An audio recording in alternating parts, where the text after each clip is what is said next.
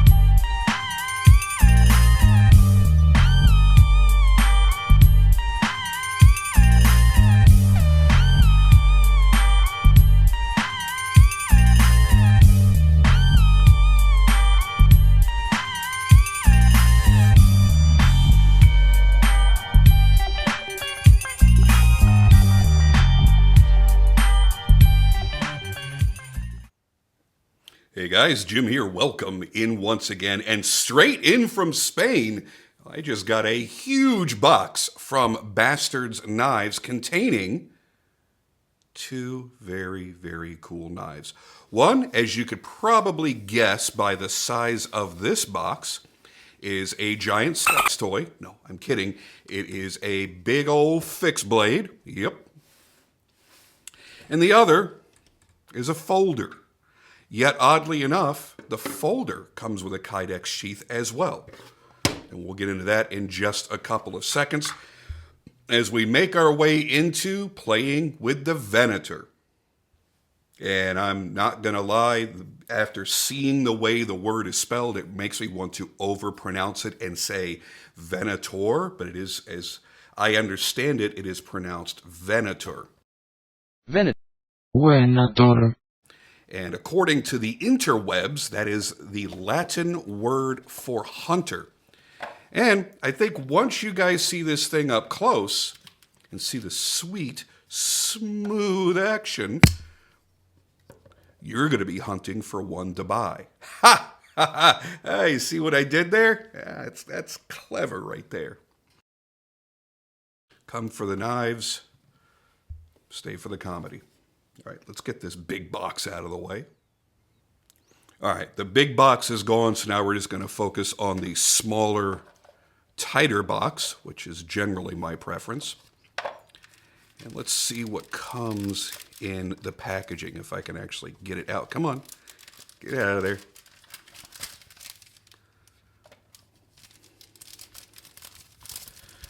All right, so what have we got here? Oh, we have a microfiber cleaning cloth. I think maybe that's a bit overpackaged. I don't think we really need to protect the cleaning cloth with plastic. But I like the idea that they kind of overdo the quality on everything.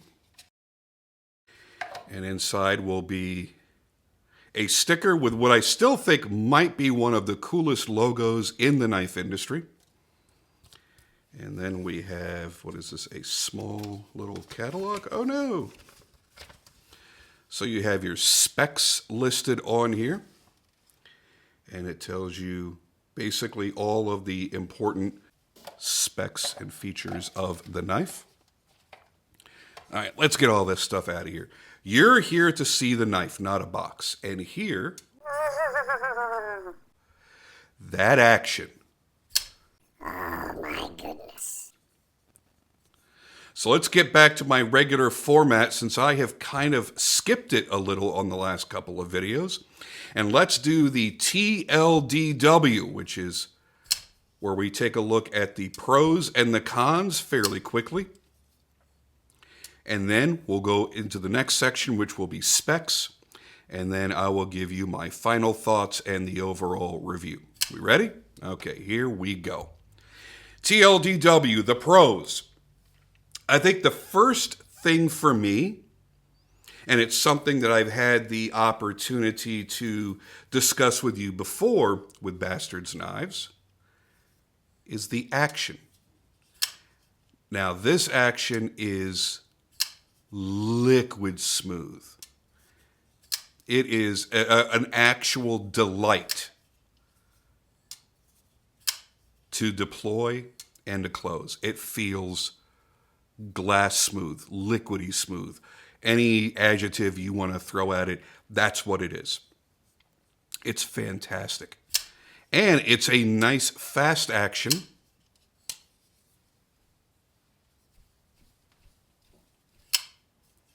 And it's nearly impossible to get the blade to shake out. I was thinking that maybe the detent might have been a bit light for a blade this heavy, and that was kind of cheating the action. But no, it was quite the chore to get that thing to swing out. My next probe, excellent ergonomics. It's a very organic shape all the way around from the handle up into the blade. Everything just flows and flows beautifully. This, quite honestly, looks like a very expensive custom knife. This is the kind of design that you would see from a custom knife maker. Think Todd Begg or Jerry McGinnis, somebody in that price level where you're spending thousands of dollars because they're taking so much time to create such a beautifully flowing design. Oh my goodness, that feels so good. The next pro for me is going to be the blade shape. I really love a beautiful recurve. There is so much drama that's in a recurve. Also, so much performance. Because if you're cutting into something, once you get into right here, back here at the heel of the edge, you don't even need to keep pulling through. You could just pull straight across, because as you do that, now you've got this big belly that's going to automatically pull into that material that you're slicing. I love a recurve. Are they more difficult to resharpen? Yes, for most people they are. Oh, because it looks so good and performs so well. And all that belly, yeah, cutting into packages and stuff. You're really, really going to enjoy having that. Next pro for me is going to be the Fat Carbon Dark Matter Blue. What a sexy color. I love Fat Carbon, and I love the Dark Matter series because you have black and gray in the shred carbon fiber, and then you have little touches of color, and it's very rarely ever overdone. Now, while I really like the Lava Flow from Fat Carbon as well, that's a carbon fiber that has a lot of color running through it.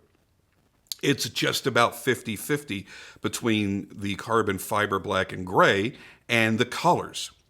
But with the Dark Matter series, it's very, very small amounts of the color. And this is actually more than I usually see in the Dark Matter series. I've worked with Dark Matter a lot myself on making my knives, and it finishes so well and so clean. And a lot of the knives that I've owned in my personal collection have been in the Dark Matter Red, Dark Matter Blue, Dark Matter Gold. I love it. It's subtle, but it's got just enough of an accent to really, really be gorgeous. And another pro for a lot of people is going to be the fact that it has a reversible pocket clip. I personally don't care about it because I'm right-hand dominant, so I'm going to be carrying it this way. But for those of you that are ambidextrous or that are lefties, you're going to like the fact that you've got a reversible clip and a filler tab as well. Cons. This knife is oddly heavy. Now, you're expecting this to be a titanium liner lock. It's not. It's a steel liner lock with a lot of material. Those liners are very thick, and you've got a thick backspacer. But that backspacer, by the way, is titanium, as is the pocket clip. But very thick frame on this that's done in steel. Let's weigh this thing, because I do not know what the weight is. Ooh, 6 ounces, baby. Whoa, man. Yep, that is pretty darn heavy. So for a lot of people, this will be knocked out of contention for an EDC knife. And for a lot of other people, they're really not going to care. They like carrying larger knives. They like carrying overbuilt knives. So they're used to carrying some weight around in their pockets. And for those of you that will do it. I don't know how many will. If you don't want to carry it in your pocket, you can set this up in the Kydex sheath, and you can buy whatever you want to set this up on. Maybe some sort of clip where it can be carried on the belt. You could tie a lanyard through this and run it around your neck and carry it as an annoyingly heavy, swinging, large neck knife.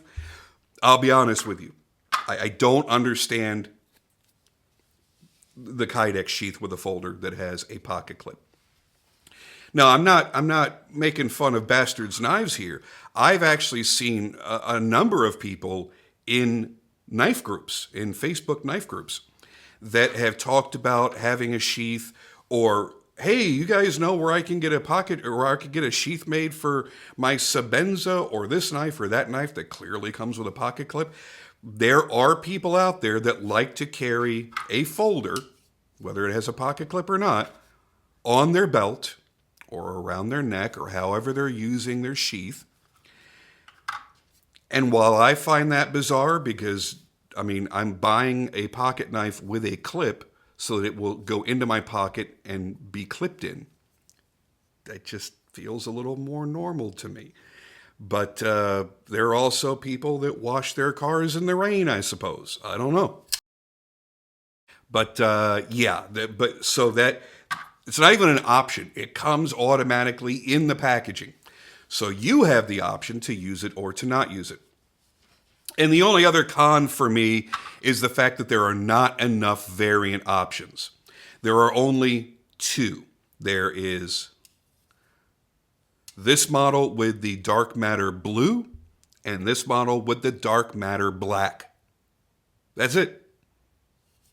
They all have the same bead-blasted matte finish on the blade, on the pivot, on the backspacer, the clip, and the liners. The only difference is a touch of blue or a whole lot of black. Specs on this bad boy. We are looking at, she's a long one, 9.08 inches with a blade length of 3 3/4 inches. The steel they chose on this happens to be N690, a Bowler steel. And blade stock is 157 thou thick, so it's pretty chunky. Not crazy ridiculous, but it's still pretty thick. And again, as I mentioned before, your frame is steel. Your backspacer, your clip, and your pivot are titanium. And of course, the carbon fiber scales. So yeah, it's got a lot of weight to it, but it feels substantial, and it feels like something that you're not afraid to use. There's no delicateness to this. This feels like it's more of a purpose-built knife. It's made to cut and slice and hack and just use. And it's got a great user finish to it as well, in that bead-blasted finish.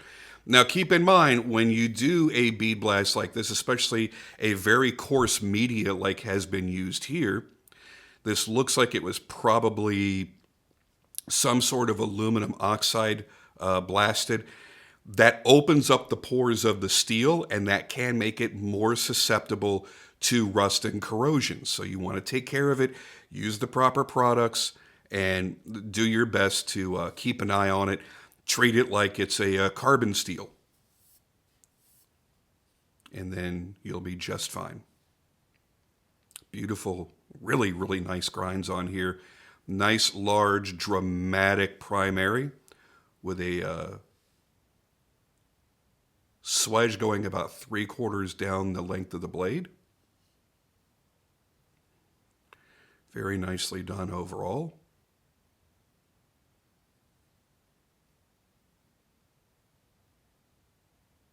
Like the thumb studs on there too. I'm going to guess those are titanium. I don't see that listed anywhere, but I do believe that they are probably going to be titanium. Now let's take a look at what came in the big box. Now, I got no information with this, unfortunately. I do believe that this is called the Polaris. And the Polaris, I do know, was a mid-tech or semi-custom knife. So you're getting a higher degree of handwork that's being done on this than a production knife. So with that is going to come a greater expense as well. This also appears to be numbered, number 31 out of 40 that were made. And I got to tell you, I like the feel of this. It is very front heavy. It is very blade heavy. But I really like this. This would be, now again, I'm not saying that this is a bushcrafter knife.